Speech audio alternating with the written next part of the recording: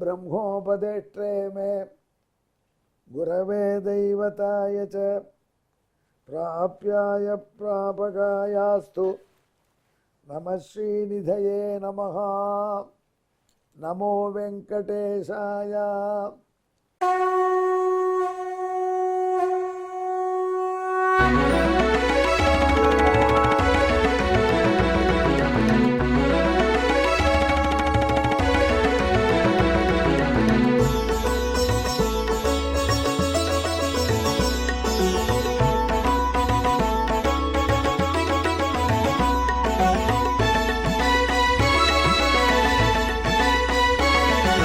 सहस्रनामं सहस्रनामं श्रीवेङ्कटेश सहस्रनामं सहस्रनामं सहस्रनामं श्रीवेङ्कटेश सहस्रनामम्।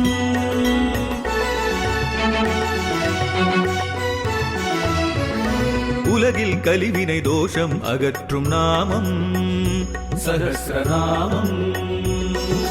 உயர்வுகளை வாழ்வில் அளிக்கும் நாமம் சஹஸ்ரநாமம். திருமலையில் தினம் அர்ச்சனை நடைபெறும் நாமம் சஹஸ்ரநாமம். திருவேங்கடனின் தரிசனம் காட்டும் நாமம் சஹஸ்ரநாமம். सहस्रनामं सहस्रनामं श्रीवेङ्कटेश सहस्रनामं सहस्रनामं सहस्रनामं श्रीवेङ्कटेश सहस्रनामं। மாமனார் வைத்த பெயரை சொன்னேன், கேட்கிறாங்க. நான் நாரதர் வசிட்டேன். மாமனார் வைத்த பெயரா? யார் மாமனார்? திருவேங்கடமுடையான் மாமனார் யார்? அதான் ஆகாசராஜா. இன்னொரு மாமனார்ப்பா. எல்லா அர்ச்சை பெருமாளுக்கு மாமனார் ஒருத்தர் உண்டு. ஸ்வசுரம் அமரவந்தியம் ரங்கநாதஸ்ய சாட்சாத். ரங்கநாதனுக்கே மாமனார், திருவேங்கடமுடையானுக்கு மாமனார். யார் இது? பெரியாழ்வார். அவர்கிட்டேருந்து ஒரு பெயரை சொல்கிறேன்னார். வசிட்டர் கேட்டார், அது என்ன பெயர் சொல்கிறார் நாரதர். இந்த நாரதர் தன் வாழ்க்கையில் நடந்த விஷயம், அதை நான் பார்த்தேன்னு ஃபர்ஸ்ட் பர்சன் சொல்லாமல் படற்கையில் வேற சொல்கிறேன். நாரதருக்கு அந்தரிமான வசிட்டர் இந்த நாரதன் தான். நான் எனக்கு ஒரு கியூரியாசிட்டி, ஐயோ 16,109 தேவிகளும் கணக்கு சொல்கிறோமே, இவர்கள் அனைவரோடும் எப்படி இவன் குடும்பம் நடத்தியிருப்பான்? ஒத்திய கல்யாணம் பண்ணி குடும்பம் நடத்துக்கு பயந்து நேரம் பிரம்மச்சாரியா சுத்துறேன். இதை பார்க்க வேண்டும் என்று கியூரியாசியோடு நான் போனேன் துவாரகைக்கு. வசிட்டா முதல் வீடு ருக்மிணி வீடு, அங்கே போனேன். ருக்மிணி பங்களாவில் பகவான் ஸ்நானம் பண்ணிட்டு தலையை தோட்டிட்டு இருந்தான். வாங்க நாரதர் 7 இருக்கா உட்காருங்கன்னு உபச்சாரம் பண்ணான். சரி, இங்கே இருக்கான் பகவான் என்று உணர்ந்தேன். அடுத்தபடி நெக்ஸ்ட்டு ஜாம்பவதி திருமாளிகைக்கு போனேன். அங்கே போனால் பகவான் அப்பொழுது தான் திருமணிட்டு இருக்கான். உட்கார் எப்படி இட்டுக்கணுமோ அப்படி கிழக்க பார்த்து உட்காண்டிருக்கான். முன்னாடி ஒரு தேங்காய் கொப்பரை, தேங்காய் மூடி அதில் ஜலம் வச்சுருக்கான். அது தங்கத்தில் இருக்குது. அந்த ஒரு உத்திரணி கையால் எழுதுறான். அந்த உத்திரணி தீர்த்தம் கொட்டுறான், திருமணை குழைக்கிறான். அந்த திருமண் மீது தீர்த்தம் மறுபடியும் சரித்து கொட்டிக்கிட்டுக்கிறான். எப்படி சொல்லியிருக்கோ அப்படி. சரி சுவாமி என்ன நேரத்தில் நான் ஆட்டம் அப்புறம் வரேன்னு சத்யபாமா இல்லத்துக்கு போனேன். அங்கே ஃபேஷனாக இருந்தாலும் கார்த்தால வேலை சந்தியாவந்தனம் பண்ணிட்டு இருந்தோம். அங்கேருந்து அடுத்தபடியாக இருக்காளே பத்ரா, அவள் இல்லத்தில் போய் பார்த்தேன். பார்த்தா அங்கே பகவான் உபாசனம் பண்ணுறான். இப்படி ஒவ்வொரு வீட்டில் ஒன்று அரண்டு போயிட்டேன் நான். அப்புறம் கடைசியில் பகவான் 16,109வது திருமாளிகையில் என்னை சந்தித்தான். ஒரே நாளில் நான் முடிச்சதே பெரிய காரியம் இது. அப்போ கேட்டான், நாரதரே நீர் க்ஷேமமாக போயிட்டு வரும் அப்படின்னு. என்ன க்ஷேமம்? ஒரே பாவம் டயர்டாயிட்டதே, க்ஷேமம் போயிட்டு வரணும். இந்த நாரதன் என்ன பண்ணான் தெரியுமா? வசிட்டர் தன்னையே படற்கையில் சொல்கிறார் பாருங்க. இவன் அங்கேருந்து கங்கை கரையில் போனால் மறுநாளைக்கு இந்த ஆச்சரியத்தையே நினச்சிட்டு 16,000 தேவிமார் பணி செய்ய துவர என்னும் அதில் நாயகராகி விற்றிருந்த மணவாளர் மண்ணு கோயில் புதுநான் மலர் கமலம் எம்பெருமான் பொன் வயிற்றில் பூவே போல்வான் பொதுநாயகம் பாவித்து இருமாந்து பொன் சாய்க்கும் புனரங்கமே. அங்கங்க பார்த்தா காவேரி வெள்ளத்தில் ஸ்ரீரங்கம் நடுவில் இருக்கு தீவு. அங்கே உள்ள தோப்புகள் தோட்டங்கள் எல்லாம் பார்த்தா அங்கெல்லாம் சின்ன சின்ன ஓடைகளில் தாமரை. அந்த தாமரையெல்லாம் பகவானுடைய நாபி கமலத்தோடு போட்டி போடுற மாதிரி அவ்வளோ பெருசாக இருக்குது. அப்படிப்பட்ட ஸ்ரீரங்கத்தில் உள்ள பகவான் இவன் தான் துவாரகையில் 16,109 தேவிகளோட கொடுத்தன நடத்தினவன் என்று தியானம் பண்ணிட்டு இவர் கங்கையில் ஸ்நானம் பண்ணுறார். முதல் நாள் நிகழ்ச்சி அவருக்கு இன்னும் தலை சுத்துறது. அப்போ பார்த்தார் கங்கையில் ஒரு பெரிய ஆமை, ரொம்ப வயசான ஆமையாக இருக்கணும், ரொம்ப வயசான ஆமை அது. ஏன்னா அந்த ஆமை ஓட்டிலேயே பாசி பிடிச்சிருக்கு, அவ்வளோ நாள் தண்ணியில் இருக்குது. கங்கையிலேயே இவ்வளோ நாள் குடியிருக்குன்னா எவ்வளோ பாக்கியம் பண்ணியிருக்கணும். ஆமையே நீ தான் தன்யை, நீ ரொம்ப தன்யன் என்று நாரதர், தன்யசி நீ ரொம்ப தன்யனாக இருக்க என்று அந்த ஆமையை நாரதர் வாழ்த்தினார். ஆமை சொல்லித்து, எனக்கு என்ன அதிர்ஷ்டம், எனக்கு இருப்பிடம் கொடுத்த கங்கை தான் என்னோட வசதி, அதனால் கங்கைக்கு போய் ஸ்தோத்திரம் பண்ணும் என்று ஆமை வேலை கொடுத்து ஆமையாய் உடனே கங்கையை பார்த்தார் நாரதர்.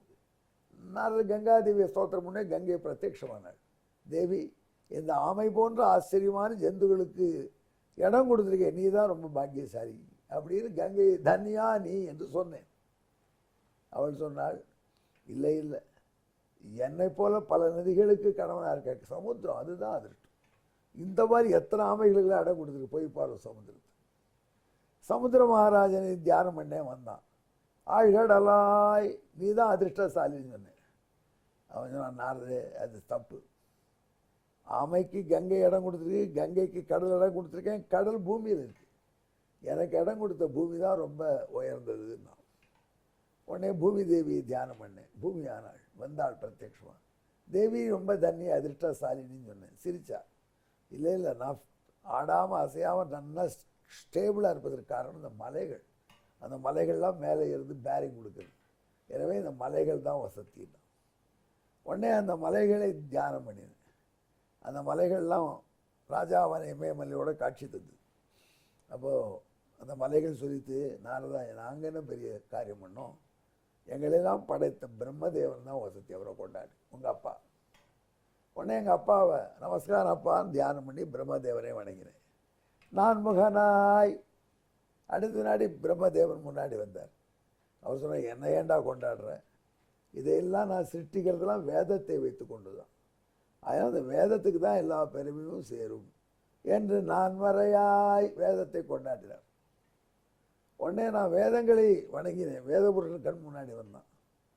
இல்லைப்பா, இதெல்லாம் பகவானுக்கு அர்ப்பணிக்கிறார்களே அந்த யாகம், அந்த யாகம்தான் இவ்வளோ பவர் எங்களுக்கு கொடுக்குது, அந்த யாகம்தான் அதிர்ஷ்டசாலின்னு வேதங்கள் சொல்லிட்டேன். வேள்வியாய் உடனே அந்த யாகபுருஷனை தியானம் பண்ணேன். அவன் முன்னாடி வந்தான்.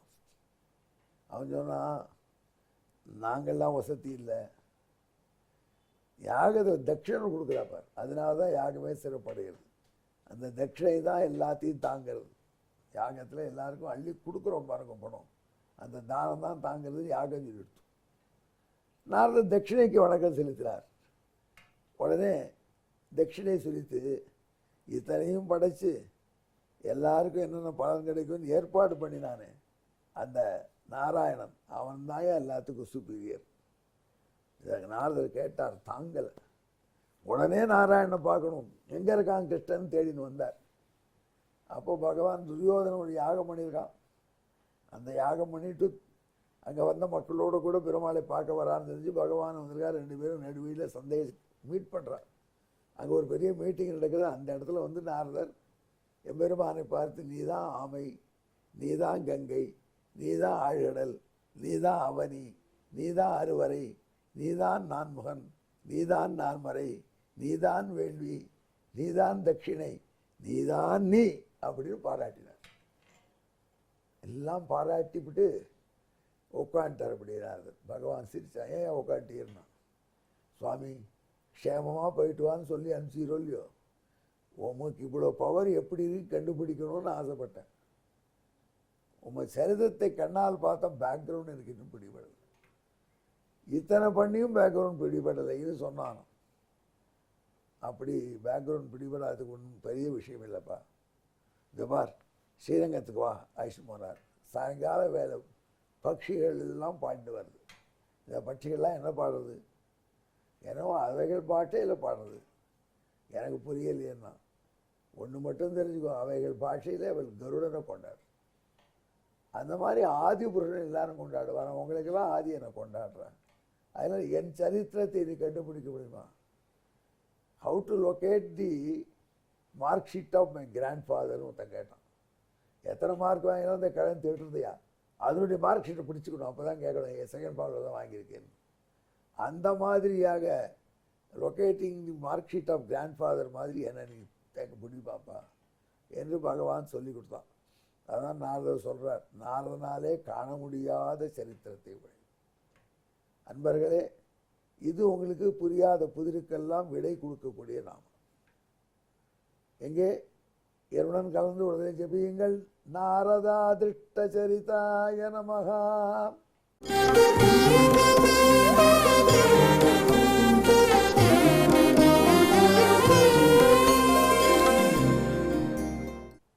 இதுக்கு சம்ஸ்கிருத ஸ்லோகம்.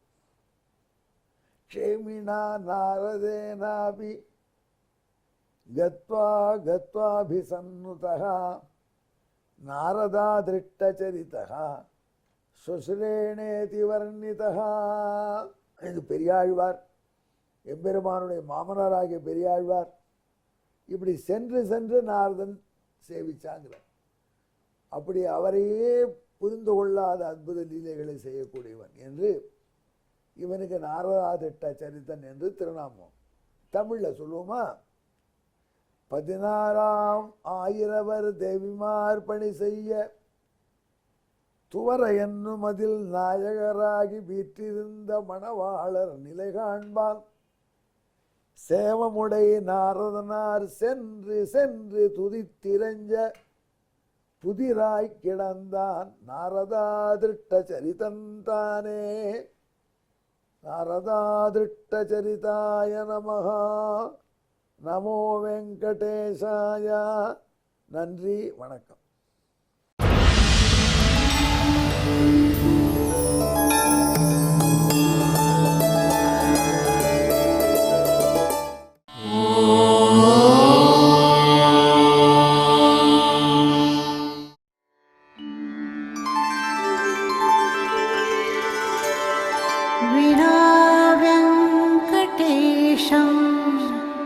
ननाथो ननाथः सदा वेङ्कटेशं स्मरामि स्मरामि.